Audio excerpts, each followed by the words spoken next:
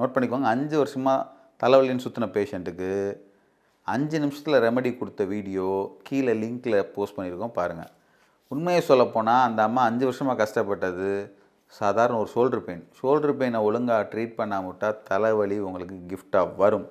Challenge பண்ணி சொல்கிறேன், ஆரம்பத்திலே ஷோல்டர் பெயினை ட்ரீட் பண்ணுங்கள். திரும்ப திரும்ப நான் சொல்கிறது என்னென்னா, ஷோல்டர் பெயினை வந்து ஆரம்பத்திலே ட்ரீட் பண்ணுங்கள்.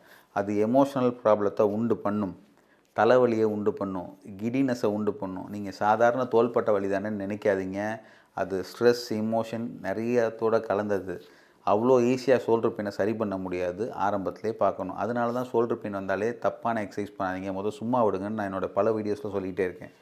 இந்த ஃபுல் வீடியோவை நீங்கள் கீழே லிங்க்கில் போட்டிருக்கேன் பாருங்கள். அந்த அம்மா ரொம்ப கஷ்டப்பட்டாங்க 5 வருஷமாக. ஆனால் ஒரு தோள்பட்ட வலியை சரி பண்ணுறதுனால தலைவலியை சரி பண்ண முடிஞ்சுச்சு. இந்த மாதிரி ஒரு சிஸ்டம் இன்னொரு சிஸ்டமை சார்ந்தது, அந்த மாதிரி கனெக்ட் பண்ணி பார்க்குறதுனால மதுரை ஆஸ்டியோபதி கிளினிக்கில் சக்ஸஸ்ஃபுல்லாக நல்ல ரிசல்ட்ஸ் கொடுத்துருக்கோம். அதுக்கு கீழே இருக்க லிங்க்கில் இருக்க வீடியோ தான் பெரிய விக்டிமாக இருப்பாங்க, அவங்க ஹஸ்பண்ட் அண்ட் ஒய்ஃப் தான். அந்த பேஷண்ட்ஸ் இஸ் வெரி ஹாப்பி.